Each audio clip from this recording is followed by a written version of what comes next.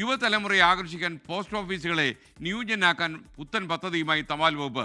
Jency post office എന്ന് പേരിട്ടിരിക്കുന്ന സംസ്ഥാനത്തെ ആദ്യ new gen post office Kottayam CMS കോളേജിൽ പ്രവർത്തനം ആരംഭിച്ചു.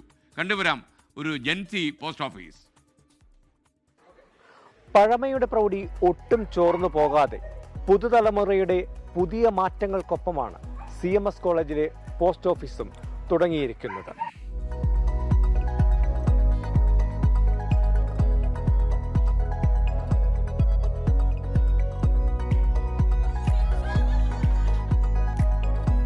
ഒരു കാലത്ത് എല്ലാമെല്ലാമായിരുന്ന പോസ്റ്റ് ഓഫീസുകളെ പുതുതലമുറയ്ക്കും സ്വീകാര്യമാക്കാനുള്ള ശ്രമമാണ് തപാൽ വകുപ്പ് നടത്തുന്നത്.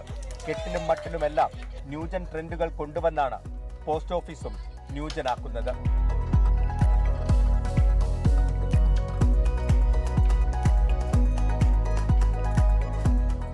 കോട്ടയം CMS കോളേജിലാണ് കേരളത്തിലെ ആദ്യത്തെ ജെൻസി പോസ്റ്റ് ഓഫീസ് തുറന്നിരിക്കുന്നത്.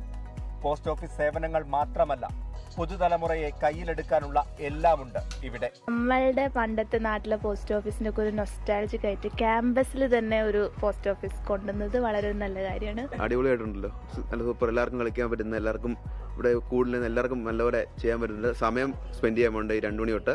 നമുക്കും 2 പഴയ ചരിത്രവും പ്രാധാന്യമുള്ള 2 ബോഡീസാണ് CMS കോളേജും ഇന്ത്യ പോസ്റ്റും. അപ്പോൾ അതിൻ്റെ ആ ഒരു യൂണിയൻ സ്റ്റുഡൻസിന് വേണ്ടി ഒരു പുതിയ മേർജിങ്, അതാണ് നമ്മളുടെയും കോൺസെപ്റ്റ്. 90% ഡിജിറ്റൽ സേവനങ്ങളാണ് ജെൻസി പോസ്റ്റ് ഓഫീസിൽ ലഭിക്കുക. Parcel booking, smart service, touch പോയിന്റുകൾ, റീഡിംഗ് റൂം എന്നിവയും ന്യൂജൻ പോസ്റ്റ് ഓഫീസിലുണ്ട്.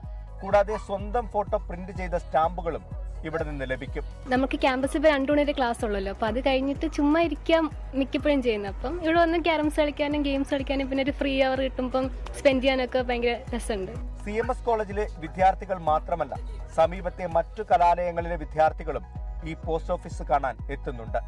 അധികം വൈകാതെ മറ്റ് കലാലയങ്ങളിലും സമാനമായ രീതിയിലുള്ള ജെൻസി പോസ്റ്റ് ഓഫീസുകൾ തുറക്കാനും പദ്ധതിയുണ്ട്. ചരിത്രം ഒരുപാട് പറയാനുണ്ട് CMS കോളേജിനും ഇന്ത്യ പോസ്റ്റിനും. പുതുതലമുറയുടെ മാറ്റത്തിനൊപ്പം ഇവരും മാറുന്നു എന്നത് തന്നെയാണ് ഇവിടുത്തെ പ്രത്യേകത. കോട്ടയത്ത് നിന്ന് അരുൺ നീണ്ടൂറിനൊപ്പം ടോബി ജോൺസൺ, 24. ടോബി ജോൺസണാണ് വിവരങ്ങൾ നൽകിയത്. ലോകത്തെവിടെയായാലും ഏത് സമയത്തും 24 വാർത്തകളും ഓഗ്മെന്റഡ് റിയാലിറ്റി പാക്കേജുകളും എക്സ്പ്ലെയിനറുകളും വിശദമായി കാണാൻ ഞങ്ങളുടെ YouTube ചാനൽ നിങ്ങൾക്ക് സബ്സ്ക്രൈബ് ചെയ്യാം.